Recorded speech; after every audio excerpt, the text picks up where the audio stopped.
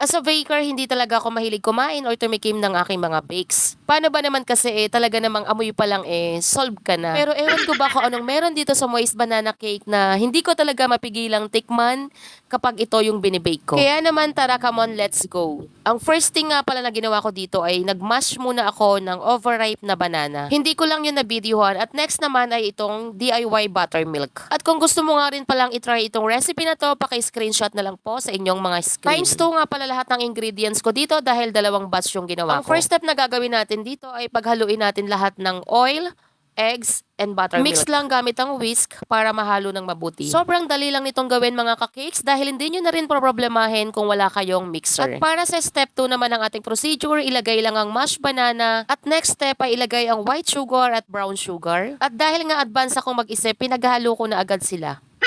Haluin lang mabuti gamit ang wire whisk hanggang mag-well combined. Dalawang batch yung paglagay ko ng sugar kaya ilalagay ko na tong last. And again, haluin lang ulit ng mabuti. And for the step 3 naman, ilagay na natin yung dry ingredients. And again, dalawang batch ulit yung paglalagay na ginawa ko para mas madaling mahalo. At sa paglalagay ng second batch, dito ko na inilagay yung baking soda at yung salt. Importante nga pala na i-strain natin yung ating dry ingredients para maiwasan natin yung mga buo-buo. Dahan-dahang haluin gamit ang wire whisk. Make sure na umaabot sa hanggang sa ilalim yung paghahalo para ma-mix ng maayos. Yung banana kapag overripe ayaw natin ng amoy, no? Pero kapag ginamit na siya sa cake at nakasalang sa oven, ay grabe, sobrang bango. Wala lang, sineshare ko lang. Char.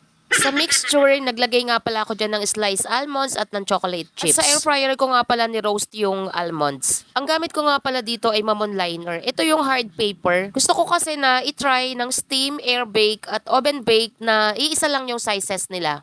Pagka kasi ang ginamit ko ay low fan, for sure hindi kakasya sa air fryer at wala akong malaking kaserola para mag-steam. So ito na nga pala mga ka-cakes, yung first method natin na oven bake. And now gawa naman tayo ng pangsalang sa air fryer. Isa lang yung itatry natin para sure nakakasya. At syempre naglagay din tayo ng toppings para everybody happy. Char. At para naman sa ating third method ay itong steam.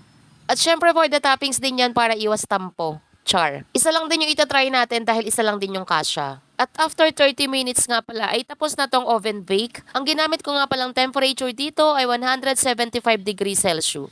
At dapat preheated yung oven. I-transfer lang natin sa cooling rack para mas madaling lumamig. I-check naman natin tong steam method. Nagmukhang banana pancake yarn. At in fairness naman kay air bake, lumalaban yarn. At dahil nga failed yung ating unang steam, magta-try ulit tayo. Pero gagamitin natin is 3-layered na ng liner. At dahil nga frosted paper to, kaya siguro siya nag-spread out. Dahil din dun sa moist ng water dun sa steaming.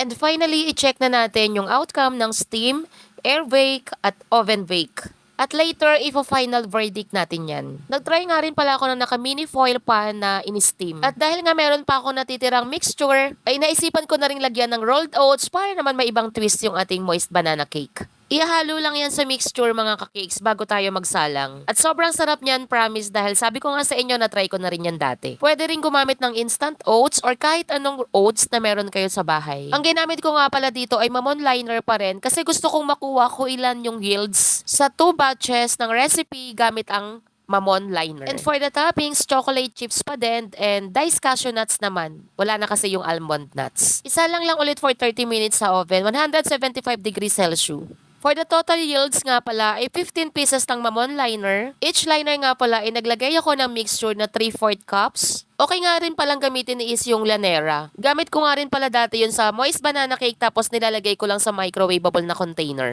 Pwede yun lalo kung gusto mong itry yung steam na method. Kaya ano pang hinihintay nyo mga ka-cakes? Huwag ka na kasi matakot mag-try.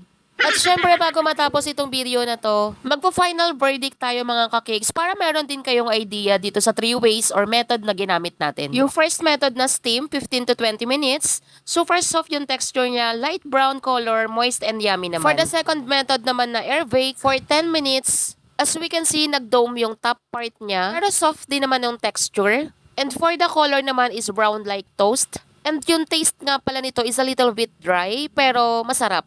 And now, proceed na tayo sa ating third method na oven bake. Gusto ko yung pagka-flat ng top nito. And sa color, medyo toast brown, same ng air bake. And for the taste, syempre, moist at masarap. And I think wala naman din silang halos pinagkaiba, maliban dun sa steam na medyo light brown yung color. And magkakaiba lang sila ng cooking time. And for me personally, for the final rates, yung steam is 9 to 10, your air bake is 8 to 10, and oven bake naman is syempre 10-10. Maraming salamat. Follow for more.